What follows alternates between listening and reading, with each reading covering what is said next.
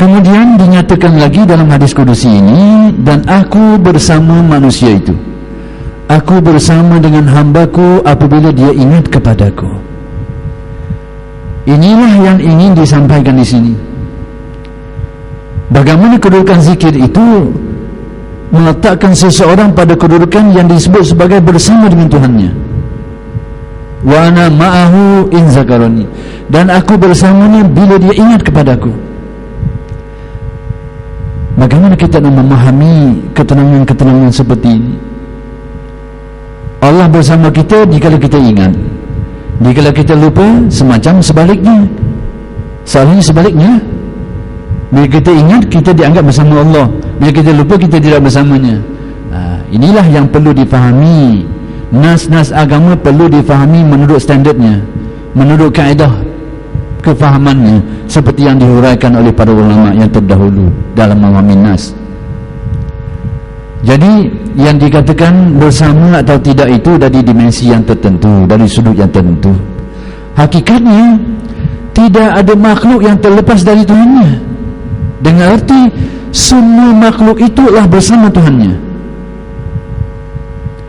Adakah seorang manusia atau sejenis makhluk yang terlepas daripada ketentuan Allah, daripada ta'alukan kudrat iradatnya, walaupun satu zarah yang kecil? Tidak ada. Tidak ada yang itu. Semuanya tertakluk dengan kudrat iradat Allah. Yang berfaham bahawa manusia itu dalam bab mencipta perbuatannya, melakukan perbuatannya di luar qada dan qadar, di luar ta'alukan kudrat iradat, ini adalah fahaman qadariyah, fahaman yang menyimpang, ditolak oleh Ahlussunnah, tidak terpakai fahaman ini. Jadi hakikatnya bahawa semua makhluk bersama Tuhannya, dengan arti tertakluk. Tinggal lagi makhluk itu yang tidak bersama Tuhannya. Makhluk itu yang tidak bersama. Kenapa makhluk itu tidak bersama Tuhannya? Dengan sebab pertama sekali dia ingkar, dia kufur, dia tidak tahu perkara ini.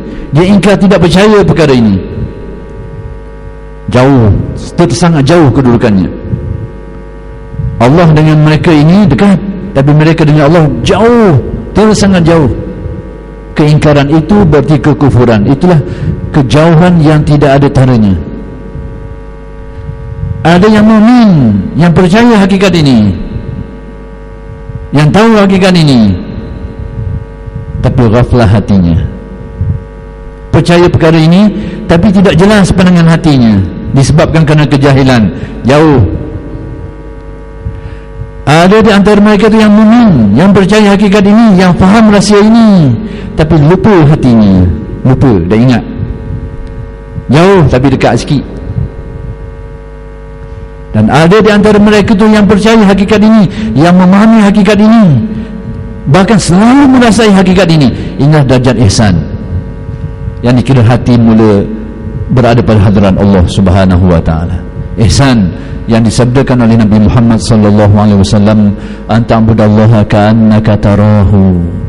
Engkau beribadat kepada Allah semacam engkau melihatnya. Apa makna? Engkau beribadah kepada semacam engkau melihat. Inilah situasi hati yang dekat, semacam melihat, membayangkan kedudukan yang dekat dengan Tuhannya. Fa in lam takun tarahu fa innahu yaraka. Jauh sikit. Sekiranya tidak demikian, maka yakinilah bahawa Allah melihat dirimu. Itu dalam istilah ahli tariqah dinama muraqabah, hati yang merasa ditilik dan diperhati.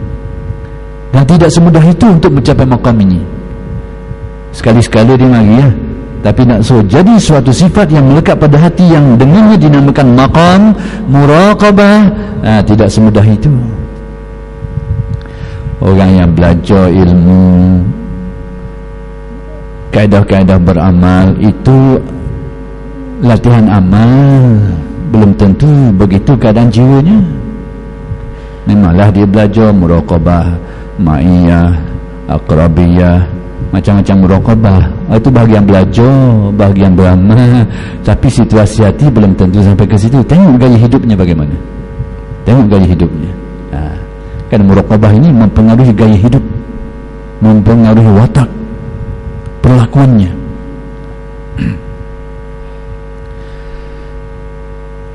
Jadi begitulah hadis kudusi ini menggambarkan kepada kita bahawa manusia zikir itulah penghubung antara manusia dengan Allah, sehingga dibayangkan bahawa bila seseorang itu ingat kepadaku, aku bersamanya, kata Allah, bersama dengan hati kedudukan yang dekat dengan Allah, bertambah keyakinan. Dan banyak lagi lah hal-hal yang berkait dengan maqam al-ma'iyah ini yang dikatakan kebersamaan, kebersertaan dengan Allah Subhanahu wa ta'ala. Yang mudahnya bahawa ini adalah merupakan kesedaran hati manusia terhadap hakikat yang tinggi. Hatinya tersedar bahawa dia dekat dengan Allah. Yang selama ni kita lupa, itu je. Sama ada lupa atau jahil. Bila hati mula faham dan ingat, dia akan mencapai darjat ini, mencapai kedudukan ini.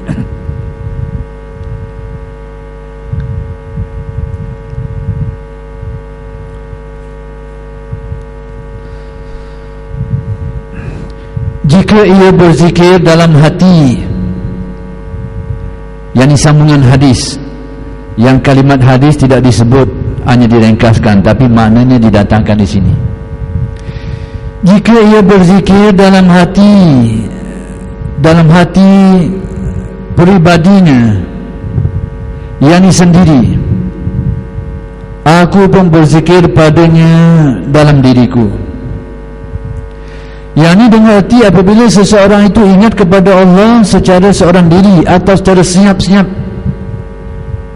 orang ini diingati Allah juga seperti itu. Allah juga mengingatinya sebagaimana dia ingat kepada Allah. Yang ini kalau dia ingat kepada Allah seorang diri atau di dalam hatinya. Kerana lafaz tadi menyebut iza zakarani fi nafsihi. Perkataan ini lebih kepada mana bila seseorang itu ingat kepada Allah di dalam hatinya. Zakartuhu fi nafsi, kata Allah, aku juga ingat kepadanya secara sembunyi. Dan ini rahsia. Orang ingat dan diingati, dan tidak ada siapa tahu. Dan sebahagian dari hakikat kewalian apabila menyelami rahsia ini, rahsia hati yang ingat kepada Allah dan diingati, itu sebahagian daripada rahsia kewalian. Orang lain tak tahu, orang lain tak nampak.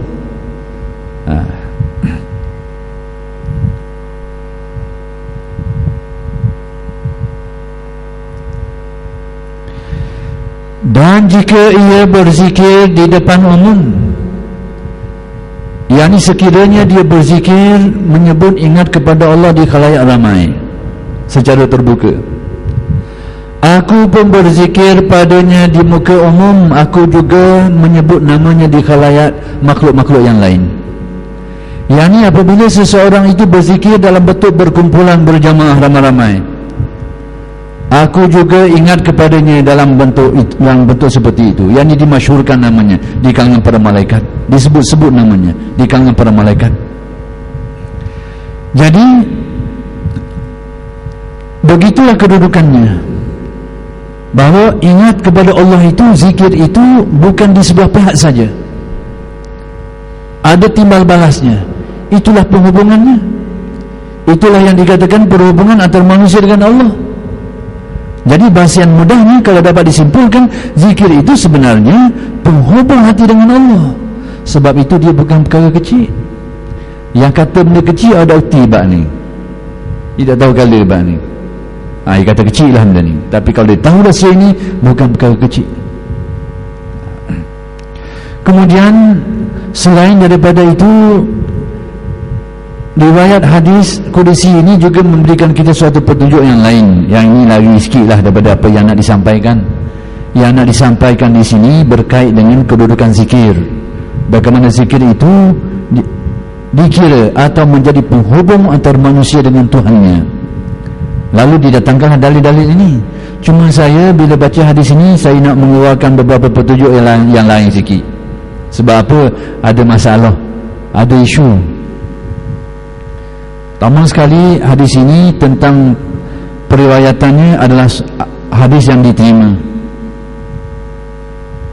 tidak diragukan tentang periwayatannya. isi kandungannya selain daripada menjelaskan perkara-perkara tadi, dia juga menjelaskan tentang keharusan dua jenis zikir. Zikir yang di dalam hati atau zikir yang disuarakan. Sama ada zikir seorang diri atau zikir secara ramai-ramai.